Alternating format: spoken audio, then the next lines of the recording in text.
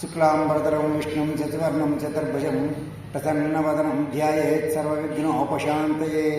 అగజాననపద్మార్కం గజాననమహర్నిశం అనేకదం తం భక్తానాం ఏకదంతం ఉపాస్మహే. వందేహం మంగళాత్మానం భాస్వంతం వేద విగ్రహం యాజ్ఞవల్క్యమునిశ్రేష్టం జిష్ణుం హరిహరప్రభుం జితేంద్రియం జితక్రోధం సదా ధ్యానపరాయణం ఆనందనిలయం వందే యోగానందమునీశ్వరం.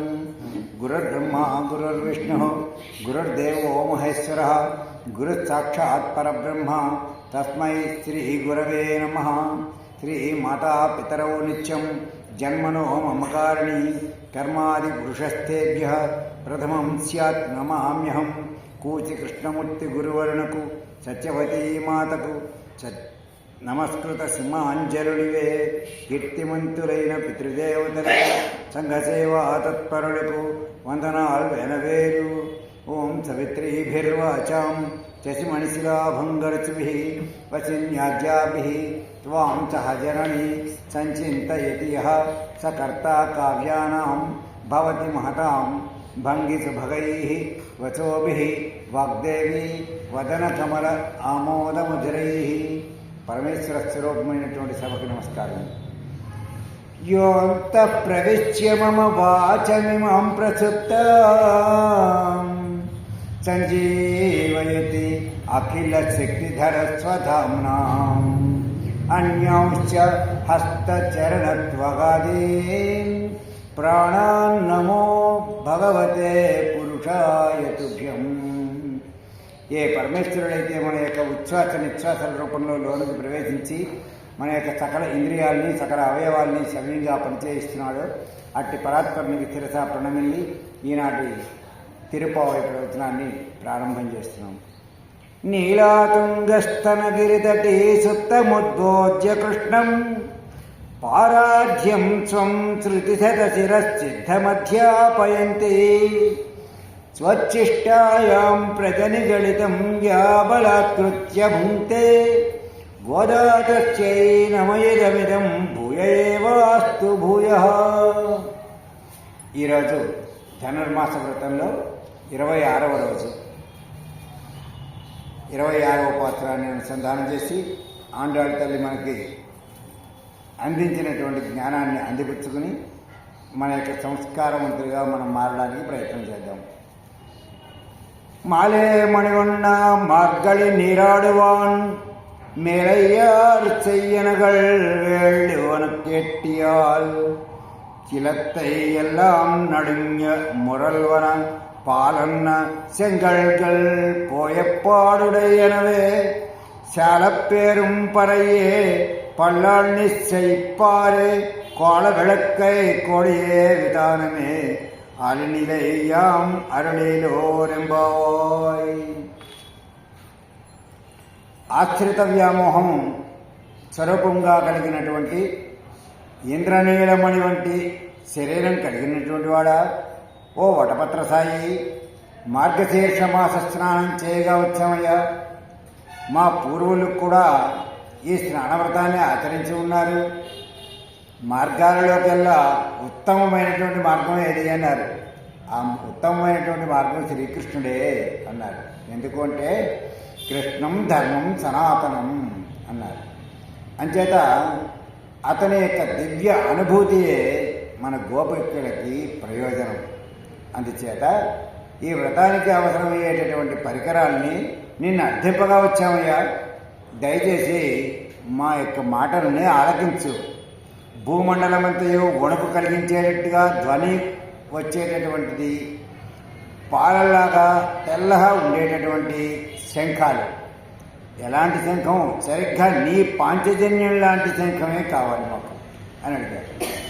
అలాగే అతి పెద్దవైనటువంటి అటువంటి వాయిద్యాలు కావాలి. మృదుమధురమైనటువంటి కంఠములతో మంగళగానాలను పాడేటటువంటి భాగవతులు కావాలి. వ్రతంలో ముందుకు సాగే నిమిత్తం మంగళ దీపాలు కావాలి. అలాగే సంకేతములుగా అనేక చాందినీలు కావాలి. లోకాలన్నింటినీ నీ చిరుబద్దలో దాచుకున్నటువంటి ఒక లేత మర్యాకు మీద పరుండినటువంటి నీకు చేతకానిదేముందయ్యా స్వామి. కాబట్టి కరుణించి మా వ్రతము సాంగోపాంగంగా పూర్తగినట్లుగా మంగళాశాసనం చేసి వీటన్నిటినీ మాకు ఇవ్వయ్యా అని కోరుకుంటున్నారు గోపికలందరూ స్వామిని. ఇది మనకి భౌతికంగా కనిపిస్తున్నటువంటి అర్థం. కాస్త అంతరార్థంలోకి వెళితే ఎలా ఉంటుందంటే, ఉపాయము ఫలము ఈ రెండు కూడా భగవానుడే అని నమ్మినటువంటి గోపికలకి వాళ్ళు ఏం చేస్తున్నారు, ఆ స్వామిని స్తుతించి కీర్తించి ప్రసన్నుణ్ణి చేసుకున్నారు. మొత్తానికి రేపల్లిలోని పెద్దల కోరిక మేరకు ఈ మార్గశీర్ష వ్రతాన్ని వర్షాలు కురియడం కోసం గోపికలు చేస్తున్నారు. పెద్దలకు ప్రతిఫలం వర్షాలు కురియడం, కానీ గోపికల యొక్క వ్రత ఫలితం మాత్రం శ్రీకృష్ణుని సమాగమం. మార్గశీర్ష స్నానం అంటే నిరంతరము శ్రీకృష్ణుడితోటి సంశ్లేషణం పొందడమే, ఆ ఆనందంలో మునకలు వేయడమే అని అర్థం. ఇలా చేస్తే ఈ వ్రతానికి కావలసినటువంటి పరికరాలన్నింటినీ కూడా గోపికలు ఈ పాసురంలో కోరుకుంటున్నారు. శ్రీకృష్ణుని యొక్క సామర్థ్యాన్ని తెలుపుతూ వారికి కావలసినటువంటి వ్రత పరికరాలు సమకూర్చుకుంటున్నారు. తిరుప్పావైలో ఆండాళ్ళ తల్లి ప్రమాణాలను తెలుపుతోంది వ్రతానికి. ఏమిటి అంటే, మొట్టమొదటి ప్రమాణం ఏమిటి అంటే చెయ్యాదన చెయ్యోం. ఇదివరకు కూడా ఒకసారి ఈ మాట చెప్పి ఉంది, కానీ ఇప్పుడు మన రెండవసారి చెప్తోంది. ఎందుకు అంటే, మన పూర్వులు చేయనివి మేము చేయము అంటారు. వాళ్ళు ఏవైతే చేశారో అది మేము వదిలిపెట్టము. ప్రతి ఒక్కళ్ళు నేర్చుకోవాల్సినటువంటి విషయం.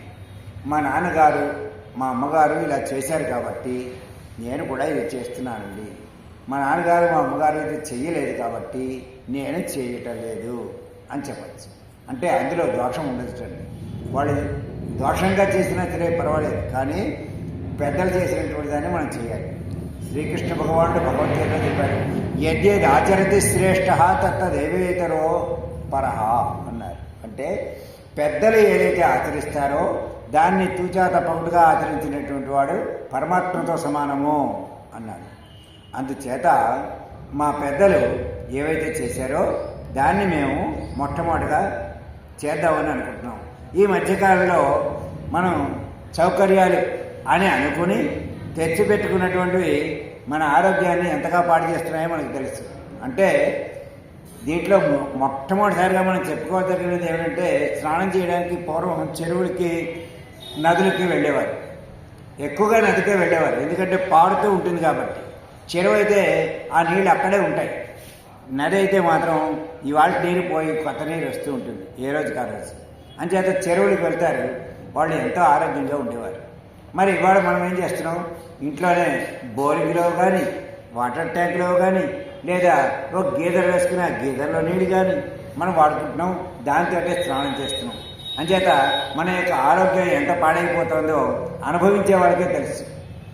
అది ప్రత్యేకించి నువ్వు ఇలా పాడైపోయావని మనం చెప్పక్కర్లేదు. ఇది వరకు ఇవన్నీ లేని రోజుని హాయిగా బతికించారు మన పెద్దలు. మన చిన్నతనం కూడా అంతే, అంత హాయిగాను బతికాం. అంచేత మన పూర్వులు సౌకర్యం కోసం భౌతికమైనటువంటివి ఏవైనా చేయొచ్చు, కానీ అవి మనని పాడు చేయకుండా ఉండేంత వరకే చేశారు వాళ్ళు. ఇది మనం బాగా గుర్తుపెట్టుకోవాలి. మనం ఏం చేస్తున్నాం, మన సంగతి ఎలా ఉన్నా సరే ముందర పర్పస్ సేవ్ అంటే ఆ పని అయిపోయిందా లేదా అదొకటే. ఆకలి వేస్తుంది, అన్నం ఉడికేదాకా మనం ఆగం, బయటికి వెళ్ళి బజార్లో ఏదో ఒకటి కొనుక్కొని తినేస్తాం. దానివల్ల మనం కడుపులో అనేక రకాలైనటువంటి రుగ్మతలు రావచ్చు. అవేమో ఆలోచించాం. అయ్యే వాడు ఎలాంటి నూనె వాడాడో, దేంతో చేశాడో, ఎలా ఉండి చేశాడో అని చెప్పేసి అనుకుంటాం. అదే ఇంట్లో ఆహారాన్ని తయారు చేసుకుంటే చాలా పవిత్రంగా తయారు చేసుకుంటాం కాబట్టి ఏ రకమైనటువంటి ఇబ్బందులు ఉండవు. అంచేత ఆత్మోజ్జీవన కోసం మాత్రం మన పూర్వులు ఏవైతే ఆచరించారో అవన్నీ కూడా మనం జాగ్రత్తగా చూడాలి. మనకి ఏదైతే ప్రమాదం వస్తుందని మన పూర్వులు ఆచరించలేదో వదిలిపెట్టేశారో అలాంటివి మేము కూడా ఆచరించాం అని చెప్తాం. ఆ తర్వాత మేలయ్యార్ సేయ్ వనగల్, ఏవి మన పూర్వులు ఆచరించారు, మన శ్రేయస్సు కోసం అదే ఆచరించాలి చాలా ఖచ్చితంగా మళ్ళీ చెప్తాను. మనం చేసేటప్పుడు ఎదుటివారు ఏమైనా అంటే లేకపోతే అడ్డుపడితే వారికి ఎదురు చెప్పకుండా, అది మంచిదే కావచ్చు మనం చేస్తున్నది, వాళ్ళు వచ్చి ఏమిటి ఇలా చేసేస్తున్నావు అంటే వాళ్ళకి ఏమి ఎదురు చెప్పకుండాను నానేతాన్ ఐడుగా నేను అంగీకరిస్తానులే అంటూ వినయంగా వాళ్ళకి సమాధానం చెప్పి మన యొక్క లక్ష్యం చెదిరిపోకుండా జాగ్రత్తగా మన పనిని మనం పూర్తి చేసుకోవాలి అని చెప్పేసి చెప్తాను. అంచేత ఒకటి, వాళ్ళు ఆచరించింది ఆచరించడం, రెండు, వాళ్ళు ఆచరించకూడదు అని చెప్పినటువంటిది మానేయడం, మూడు, మనం ఆచరిస్తుంటే ఎవరైనా వచ్చి దానికి పేరు పెట్టినా విమర్శించినా దాన్ని చాలా పాజిటివ్గా తీసుకుని అలాగే అని చెప్పేసి అంగీకరించేస్తూ మన లక్ష్యం వైపు మనం వెళ్దాం. ఈ 3 రకాలైనటువంటి సూత్రాలని మనం ఆచరించాలి అని తాను ఆచరించి మనకు చూపించింది ఆండాళ్ళ తల్లి.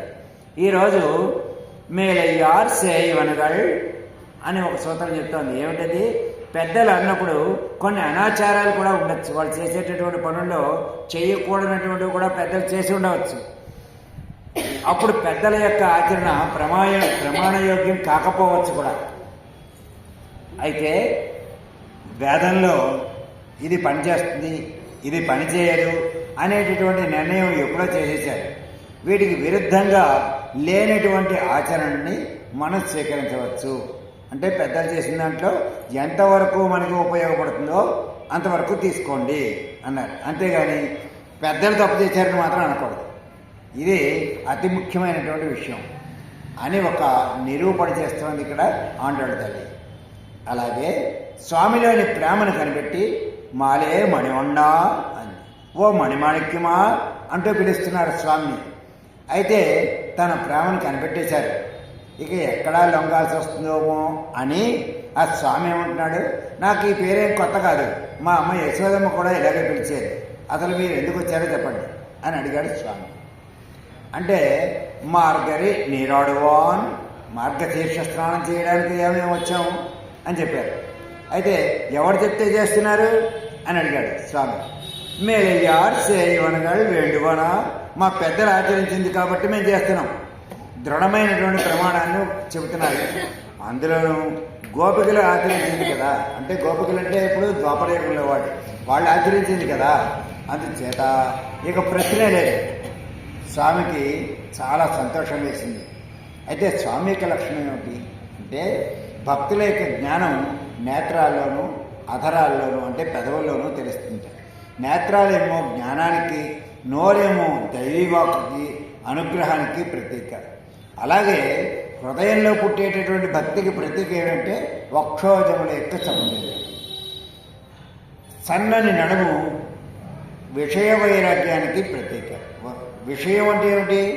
అక్కర్లేనివన్నీ కావాలని కోరుకుంటూ ఉన్న, ప్రపంచంలో కనిపించినవన్నీ కావాలని కోరుకోవడం విషయాలు అంటారు వాటిని. అటువంటి కోరికలు లేకుండా ఉండడాన్ని విషయ వైరాగ్యం అంటారు. అటువంటి విషయ వైరాగ్యానికి నడుము ప్రతీక అన్నారు. అనుగ్రహించడానికి ఈ 3 కావాలి. పరమేశ్వరుడు ఈ 3 చూస్తాట. అవి వీళ్ళకు ఉన్నాయి, ఈ గోపికలందరికీ ఉన్నాయి. అంచేత మనకి వీళ్ళు పనిచేస్తారు అనుకున్నారు. అయితే వీటిని కలిగించేది ఎవరు? స్వామే కలిగించాలి, ఆయనే. మళ్ళీ దీనివల్ల ప్రయోజనం ఎవరికి? ఆయనకే ప్రయోజనం, మనకేమీ లేదు అని చెప్పేసి చెప్తున్నారు. అందుచేత తన ఆర్తితో వీళ్ళనందరినీ అలా చూస్తూ ఉండిపోయాడట స్వామి. ఎందుకంటే ఆయనకి కావలసినటువంటి లక్షణాలన్నీ వాళ్ళలో కనిపించాయి ఆయనకి. కేటీఎల్ అన్నారు వీళ్ళు. ఏమయ్యా స్వామి, మేము నీ దగ్గరకు వచ్చాం, వినపడుతుందా అని అడుగుతున్నారు. మేము అడిగింది అన్నారు.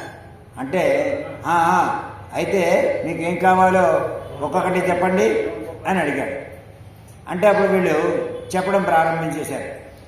చాలత్తై ఎల్లాం, భూమినంతా నడుంగా వణికించేటట్టుగా మురల్వన ధ్వని చేసేటటువంటి పాలన్న వనత్తు, పాలవలే తెల్లగా స్వచ్ఛమైనటువంటి కాంతి కలిగినటువంటి పంచజన్యమే పాల్వన, నీ పాంచజన్యానికి సమానంగా ఉండేటటువంటి శంఖంగళ్, శంఖాలు కావాలి అని అడిగారు. పాంచజన్యాన్ని పోలిన అని చెబుతున్నారు. ఎందుకంటే భగవంతుడి యొక్క శంఖం, చక్రం ఇవి అసాధారణం. అలాంటివి ఇంకొకరికి ఉండవు, ఆయనకు మాత్రమే ఉంటాయి. కాబట్టి వాళ్ళు నీ పాంచజన్యాన్ని పోలినా అని చాలా నొక్కి చెప్తున్నారు వీళ్ళు. ఈ మధ్యకాలంలో ఎవరికి పడితే వాళ్ళకే ఈ శంఖచక్రాలు పెట్టేస్తున్నారు దేవాలయాల్లో ఆ విగ్రహాలకి.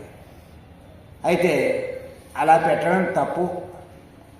కానీ మరి ఆ శిల్పికి అది తెలియాలి, ఆ శిల్పి యొక్క జ్ఞానానికి అది తెలిస్తే తెలుస్తుంది. శ్రీకృష్ణుడికి సన్నిహితుడిగా ఉండేవాడు శ్రీమాలికుడు అని ఒక ఆయన ఉన్నాడు. ఆయన శ్రీకృష్ణుడి పేరు చెప్పుకుని కొంచెం అల్లరి చల్లరిగా కూడా చేస్తూ ఉండేవాడు.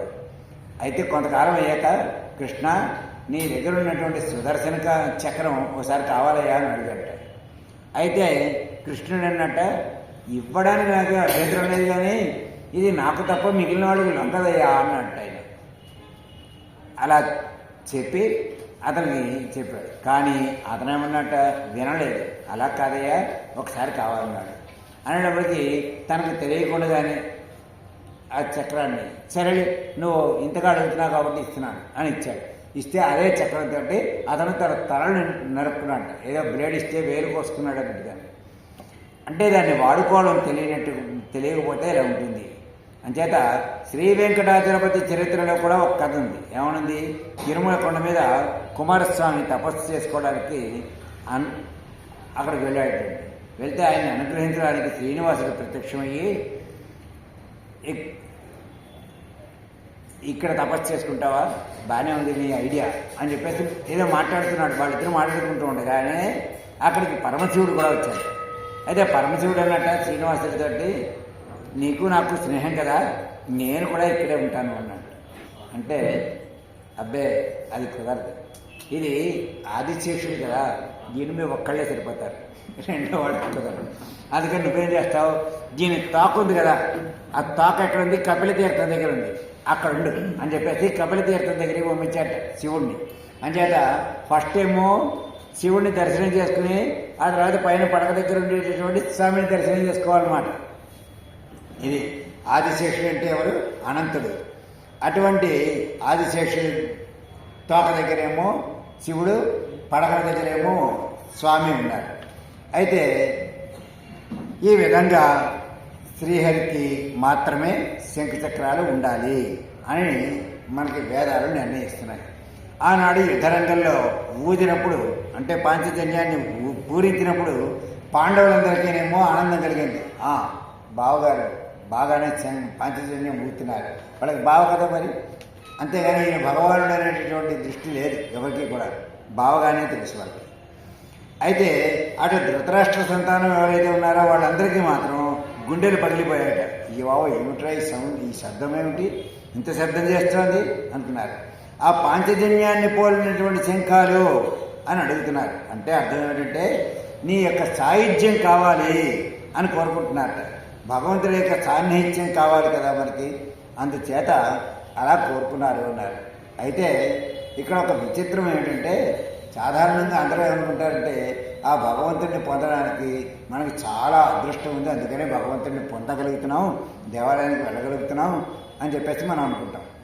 కానీ ఆండాళ్ళ తల్లి మాత్రం ఇదంతా కాదు, అలా కాదు, అసలు మనం దేవాలయానికి వస్తే పరమేశ్వరుడే సంతోషిస్తాడు ఉంటుంది. ఇదేలాగా అన్నారు. అంటే అల్లారు ముద్దుగా పెరిగినటువంటి ఏకైక కుమారుడు ఉన్నాడు. వాడు కోపం వచ్చి ఇల్లదిలో వెళ్ళిపోయాడు. వెళ్ళిపోయిన తర్వాత ఎవరు బాధపడతారు?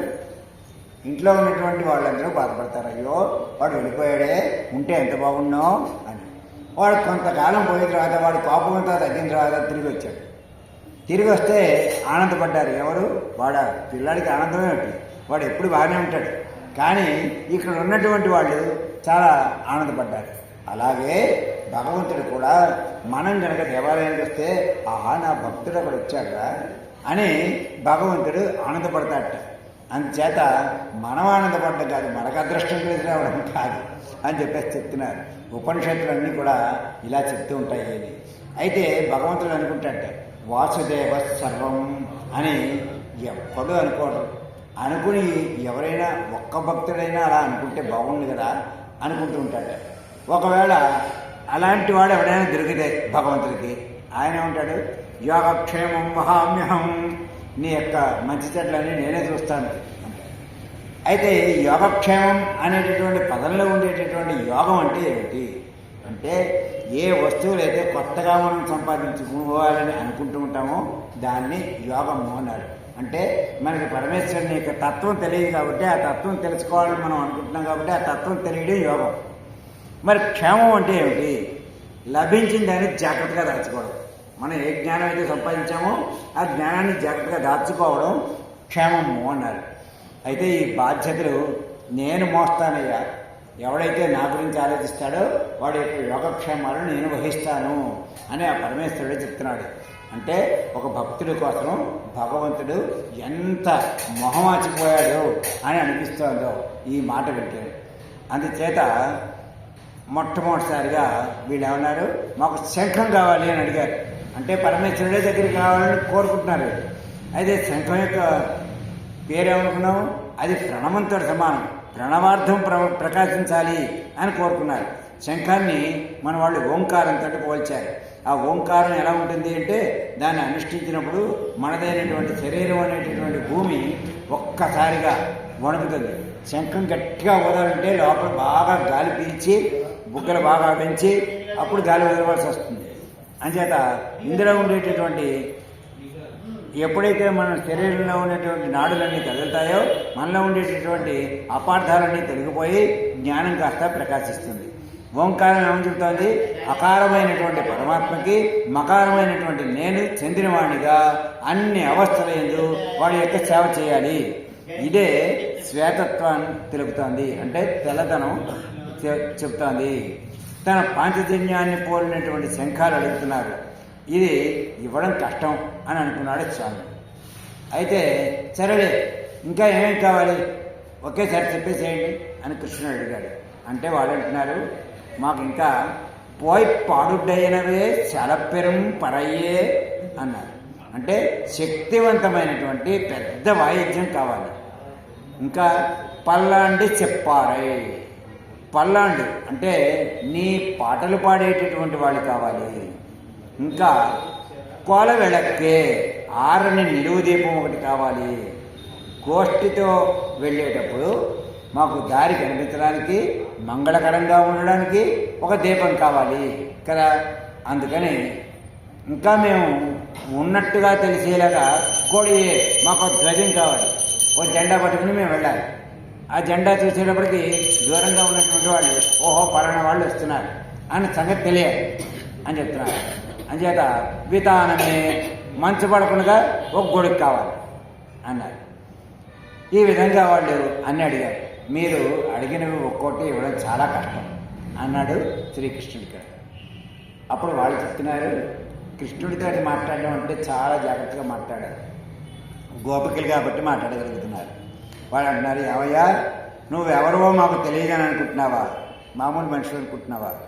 ఆలిన్ ఇలయ్యాయ్, అన్ని లోకాలను నీ పొట్టలో పెట్టుకుని అప్పటికప్పుడు వికసించినటువంటి ఒక వటపత్రం మీద చక్కగా హ్యాపీగా పడుకోగలిగావు, లేత మర్రి ఆక మీద.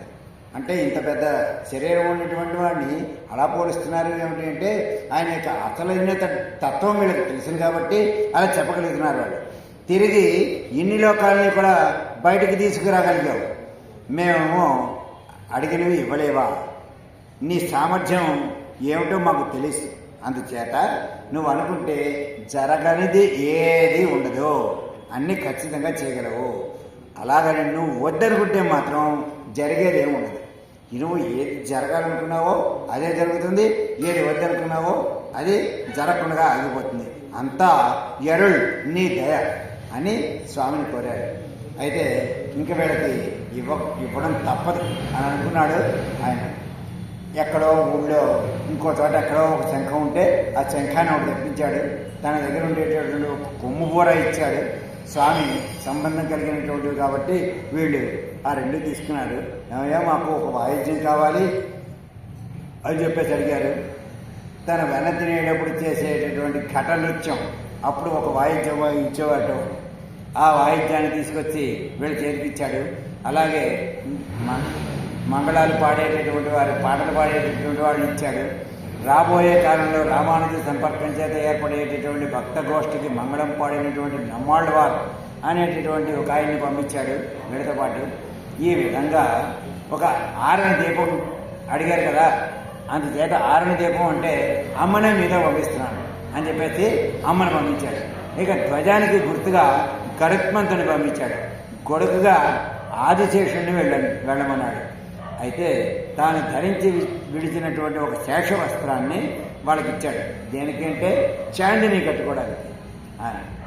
ఈ విధంగా స్వామి సంబంధం కలిగినటువంటివన్నీ కూడా ఈయన గోపికలకి ఇచ్చి, ఇగో మీరు అడిగినవన్నీ ఈ విధంగా మీరు సరిపెట్టుకోండి అన్నారు. అయితే ఇందులో అత్యంత ముఖ్యంగా మనం చాలా విషయాలు తెలుసుకోవాల్సి ఉన్నాయి. ఆ తెలుసుకోవాల్సినటువంటి విషయాల్ని ఒకసారి మననం చేసుకుందాం. వేదాల్లో ఏం చెప్పారు, శాస్త్రాల్లో ఏం చెప్పారు అనేటటువంటి ఇందులో మనకు కనిపిస్తున్నటువంటి ప్రతి పదానికి గూఢార్థాలు ఉన్నాయి. ఆ గూఢార్థాలన్నింటినీ కూడా వేదాంత తత్వంగా మనం తెలుసుకోవచ్చు. అయితే ఇవాళతోటి ఈ వ్రతం చివరికి వచ్చేస్తాం. ఇవాళ నుంచి ఏమిటంటే నీరాటం అంటారు, అంటే స్నానం చేయడం. స్నానం ప్రారంభమైంది. స్నానం ఏమిటి? వీడు ఏమన్నా ఏటి ఒడ్డుకి వెళ్ళారా, నది ఒడ్డుకి వెళ్ళారా? ఎక్కడికి వెళ్ళలేదు కదా. ఇక్కడ స్నానం ఏమీ లేదు, కానీ నదికి వెళ్ళలేదు. మరి ఏమిటి ఆ స్నానం అన్నారు? కృష్ణుని యొక్క సన్నిధికి వెళ్ళి ఆయనతో మాట్లాడటమే తప్ప ఇక్కడ స్నానం ఏం జరగలేదు కదా. అంటే భగవంతుని యొక్క గుణాల్లో మరవడమే స్నానం అని ఇదివరకు పాత్రలో ఒకసారి మనం చెప్పుకున్నాం కదా. అటువంటి స్నానం చేయడానికి వీళ్ళు వచ్చారు. భగవత్ అనుభవంలో మునవడం స్నానం. మన యొక్క అలా స్నానం చేస్తే మన యొక్క దేహం యొక్క భారం తగ్గిపోతుంది.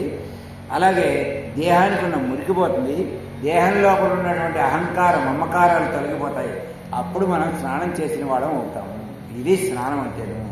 అలాంటి స్నానం చేయడానికి వచ్చారు ఈ గోపికలు. ఇవాళ స్వామి సన్నిధికి చేరారు. చేరి స్వామిని చూస్తున్నారు. స్వామి ఎలా ఉన్నాడు? సింహాసనం మీద కూర్చున్నాడు. గోపికలు అలా పైకి కిడికి చూస్తున్నారు. అబ్బా ఎంత అందంగా ఉన్నాడు స్వామి అని ఆ స్వామి యొక్క అందాన్ని చూస్తూ మురిసిపోతున్నారు వాళ్ళు. అలా ఉంటే ఆయన కూడా వెళ్ళిన అలా చూస్తూ ఎక్కడా కదలకుండా ఉండిపోయాడు. పిచ్చివాడా స్వామి అని అనుకుంటున్నారు. ఈ స్వామి పిచ్చివాళ్ళ ఉన్నాడేమిటి అని అనుకుని పిలుస్తున్నారు. మాలే అన్నారు. ఏమయ్యా పిచ్చాడా అన్నారు. ఏమిటి పిచ్చాడా ఏమిటంటే వ్యామోహశీలుడా, మమ్మల్ని చూస్తే ఎలా ఉండిపోయావేమిటి, ఏమిటా వ్యామోహం అని చెప్పేసి అన్నారు. అంటే వ్యామోహం గలవాడా అని పేరు ఎందుకు పెట్టారంటే స్వామికి తన్ని ఆశ్రయించి వచ్చినటువంటి వాళ్ళ మీద ఆయనకు ఉండేటటువంటి వ్యామోహం అలా ఉంటుంది. మనకు ఆయన ఎందున్నటువంటి వ్యామోహానికి 1000 రెట్లు ఆయనకి మన మీద వ్యామోహం ఉంటుంది అన్న విషయాన్ని తెలుసుకోవాలి అన్నారు. అందుచేత మనం ఆయన్ని కావాలని కోరుకుంటే ఆయనే మనని పిలుస్తూ ఉంటారు, మనం చూడాలని చెప్పేసి. ఎందుకంటే మన మీద ఉండేటటువంటి వాత్సల్యం చెప్పిన పిలిచి ఎలా తెలిసింది అంటే నీ రూపమే తెలుస్తుందయా మమ్మల్ని పిలిచావు అని చెప్పేసి. ఎందుకంటే ఆయన మీద మనం ఆకర్షితులం అయ్యాం కాబట్టి ఆయన దగ్గరకు వచ్చాం కాబట్టి నీ రూపమే పిలిచింది అన్నారు. అని మణివర్ణుడా అన్నాడు. మణితో చేసినటువంటి భరణ లోపల పెట్టినటువంటి వస్తువుని బయటకు కనబడనీయకుండా దాచేస్తుంది. అంటే పైకి చూస్తే మనకి ఆ మణి యొక్క భరణి మాత్రమే కనిపిస్తుంది. అందుచేత లోపల ఉండేటటువంటి వస్తువు ఏమిటో మనకు తెలియదు. అటువంటి ఓ మణివర్ణ, నీ యొక్క తత్వాన్ని మేము తెలుసుకోవాలంటే ఇంత కష్టపడవలసి వచ్చింది అని చెప్తూ, ఏమిటైతే నీ స్వభావం అంటే 1 కోటి రూపాయల విలువైనటువంటి ఒక ఇంద్రమాణిక్యం పిడికిల్లో పట్టుకోగలం, కానీ ఒకటి కనపడిన దాచచ్చు, కానీ దాన్ని ఎలా ఎన్ని చోట్ల దాచినా చివరికి నీ దగ్గరకు వచ్చేటప్పటికి దాన్ని రాయడం సాధ్యం కాదు. కారణం నువ్వు ఎక్కడున్నా సరే సర్వాంతర్యామివి కాబట్టి. అందుచేత మా మనస్సులో ఏముందో అది నీకు తెలుసును కాబట్టి మమ్మల్ని అందరినీ కూడా నీ దగ్గర తీసుకొచ్చావు, వచ్చేటటువంటి అవకాశం కల్పించావు అని చెప్పేసి చెప్తున్నారు. అందుకని నిన్ను మణివర్ణ అన్నావు. ఆ విషయం పైకి ఎక్కడైనా తెలుస్తుందా? తెలియట్లేదు. మేమేదో రావాలనుకున్నాము అందుకని వచ్చాము అని చెప్పేసి అందరూ అనుకుంటున్నారే తప్ప నువ్వే మమ్మల్ని నీ దగ్గరికి తీసుకొచ్చావు అనుకున్నది ఎవరికి తెలియదు. స్నానం చేయాలని వచ్చాము. ఎవరు చేశారు ఈ స్నానం? అంటే మెలియార్ చేయవనగల్ ఇది మనం నేర్చుకోవాలి. మన పెద్దలు చేశారు కనుక ఇవాళ మనం కూడా స్నానం చేయాలి. అంతేగాని కొత్తగా మనం మొదలుపెట్టినటువంటి వ్యవహారం కాదు అన్నారు. అంటే మన పెద్దలు స్వామిని కొలిచారు కాబట్టి మనం కూడా స్వామిని కొలుస్తున్నాం. ఆయన వాళ్ళు స్తోత్రాలు చేశారు కాబట్టి మనం కూడా స్తోత్రాలు చేస్తున్నాం. ఆ స్వామి మనకి అన్ని రకాల ప్రయోజనాలు చేకూరుస్తారని వాళ్ళు నమ్మారు కాబట్టి మనం కూడా నమ్ముతున్నాం. అంచేత మన పెద్దలు ఏదైతే చేశారో అది మనం చేస్తున్నాము. దాన్ని అనుసరించి నడవాలి. అందుచేత ఎవరు మాకు ముందు నడిచారో వాళ్ళ యొక్క మార్గంలో నడవడమే మాకు శ్రేయోదాయకం. ఇదే కదా చెప్పావు. అంతే పెద్దల యద్యదాచరతి శ్రేష్ఠ అన్నావు కదా. అంచేత పెద్దలు ఆచరించిన దాన్ని మేము ఆచరిస్తున్నాము. అంచేత నువ్వే కావాలి అన్నారు ఈ గోపికలందరూ కలిసి. మరి నువ్వే కావాలంటే ఆయన మంట కూడా వచ్చేస్తాడా? రాడు కదా. అందుచేత ఆయన దగ్గర ఉండేటటువంటి వస్తువులు అద్వితీయమైనవి. అంటే అలాంటి వస్తువులు ఇంకో చోట ఉండవు. ద్వితీయము అంటే రెండవది, అద్వితీయము అటువంటిది ఇంకొకటి ఉండదు అని చెప్పడం. అంచేత నీ శంఖమును పోలినటువంటి శంఖం కావాలి అని కోరుకున్నారు. అంటే శంఖం అంటే ఏమిటి అంటే మనకి భగవంతుడికే వినియోగింపబడేటటువంటి వాళ్ళము మనం. అటువంటి మనం ఏం చేస్తున్నాం? ఓం అని భగవంతుడిని ప్రణవంతో ధ్యానం చేస్తున్నాం. కాబట్టి మనమే ఒక శంఖం. మన లోపల నుంచి వచ్చేటటువంటి ఓం అనేటటువంటి శంఖనాదము అని తెలుసుకోవాలి. అంతేకాదు విశాలమైనటువంటి లోపల ఖాళీ ఎక్కువ ఉండేటటువంటి చాలా పెద్దదైనటువంటి పరై అనేటటువంటి ఒక వాయిద్యం కావాలి అన్నారు. పర అంటే అది ఒక తప్పెట లాంటి ఒక వాయిద్యం. అయితే ఎంత ఖాళీ జాగా ఎక్కువ ఉంటే దాని యొక్క సౌండ్ అంత బాగా ఎక్కువ వస్తుంది. అటువంటి పరై అనేటటువంటి వాయిద్యం మాకు ఒకటి కావాలి అని చెప్పేసి కోరుకున్నారు. అయితే ఈ పరై అంటే అర్థం ఏంటి అంటే పురుషార్థములు అన్నారు. పురుషార్థములు అంటే మనకి 4 రకాలుగా ఉంటాయి. ధర్మ, అర్థ, కామ, మోక్ష. ఈ 4టిని పురుషార్థములు అంటారు. మొట్టమొదట ధర్మం.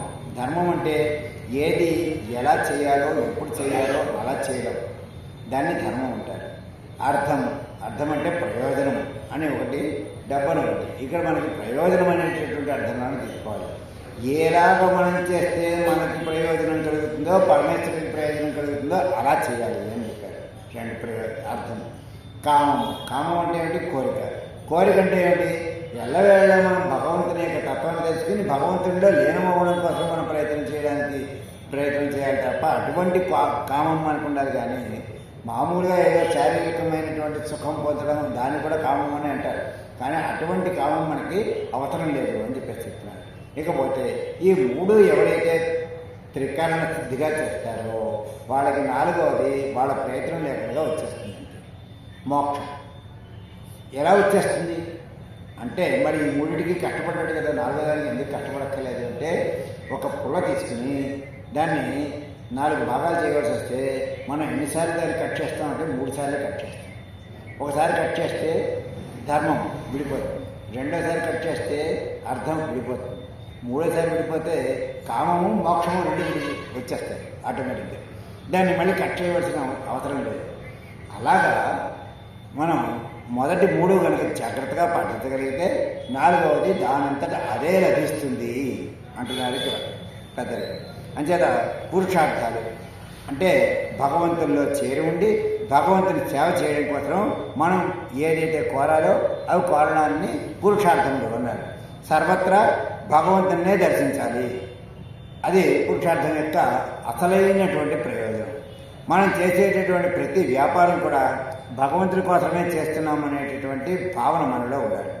అది కలిగితే మనం ఇలాంటి పెద్ద పర అనేటటువంటి వాయిద్యం మనం సంపాదించినట్టే లెక్క అని చెప్తున్నారు.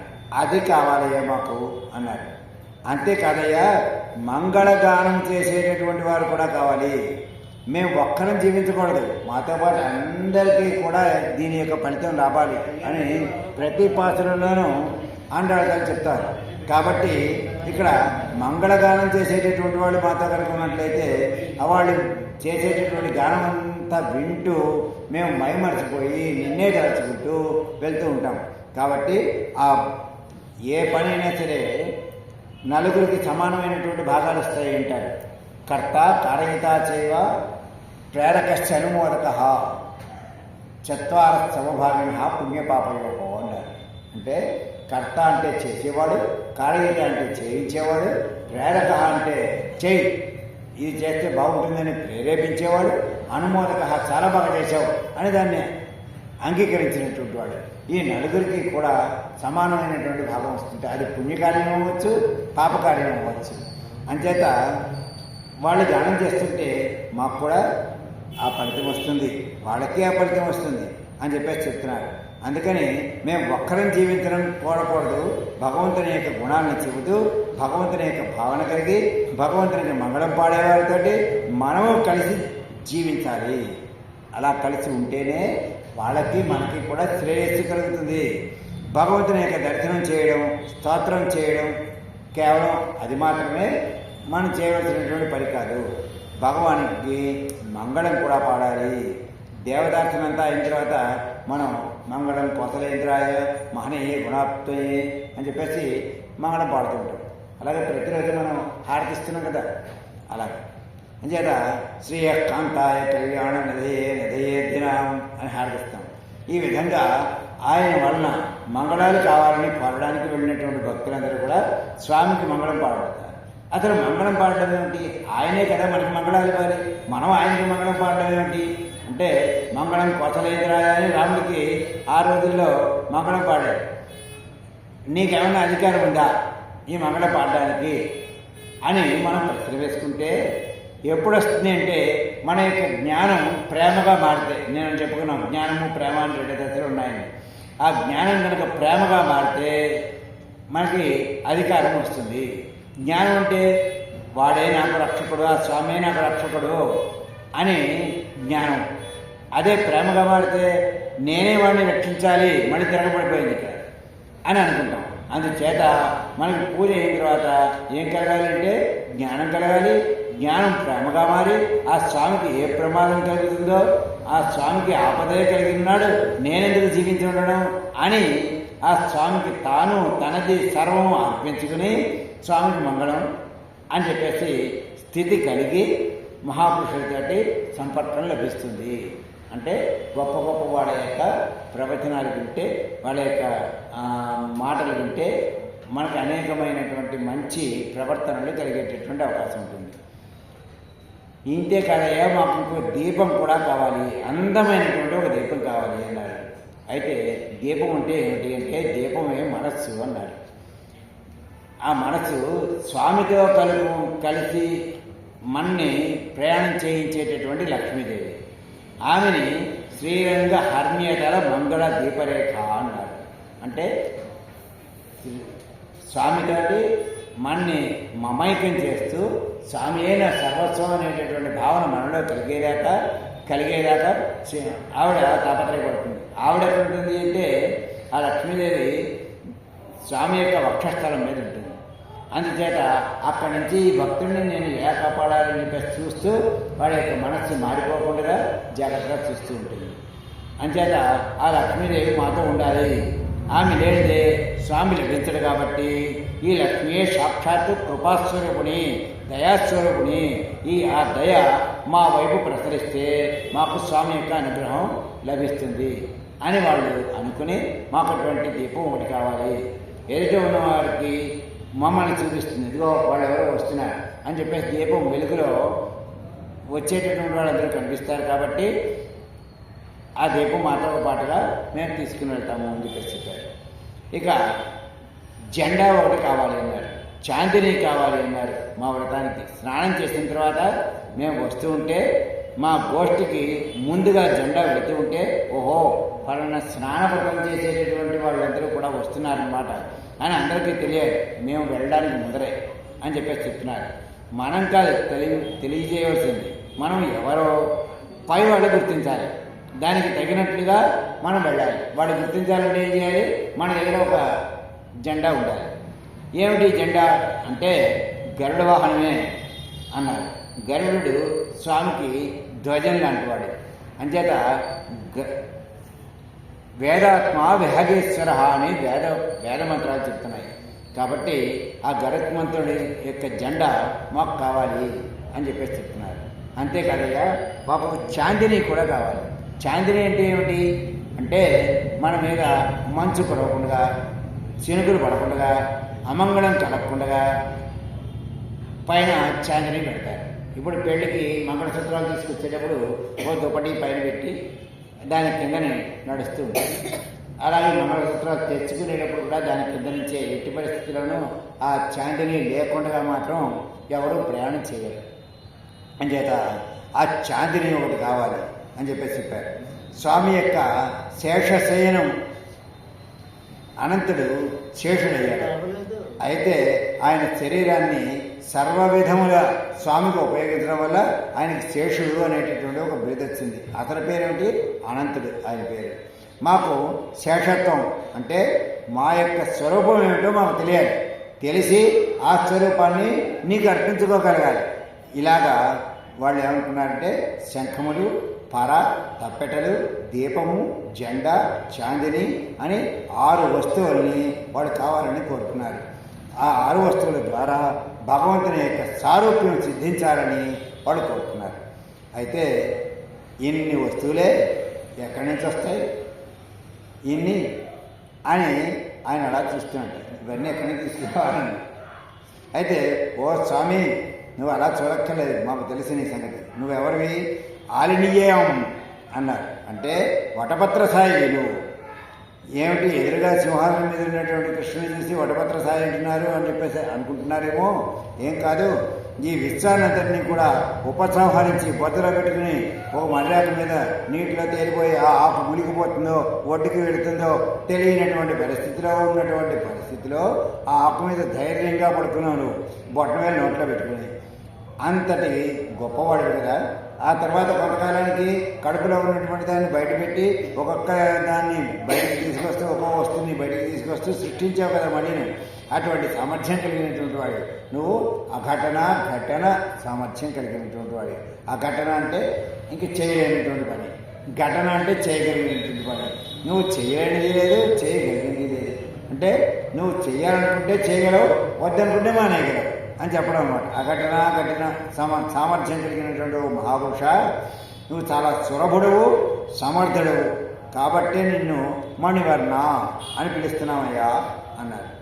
అనియం అంటే మణి వంటి సౌకర్యం కలిగినటువంటి వాడివి, పరతత్వం కలిగినటువంటి వాడివి కనుక మేము కోరినటువంటి కోరికలన్నింటినీ కూడా నువ్వు సఫలీకృతం చేయగలవు.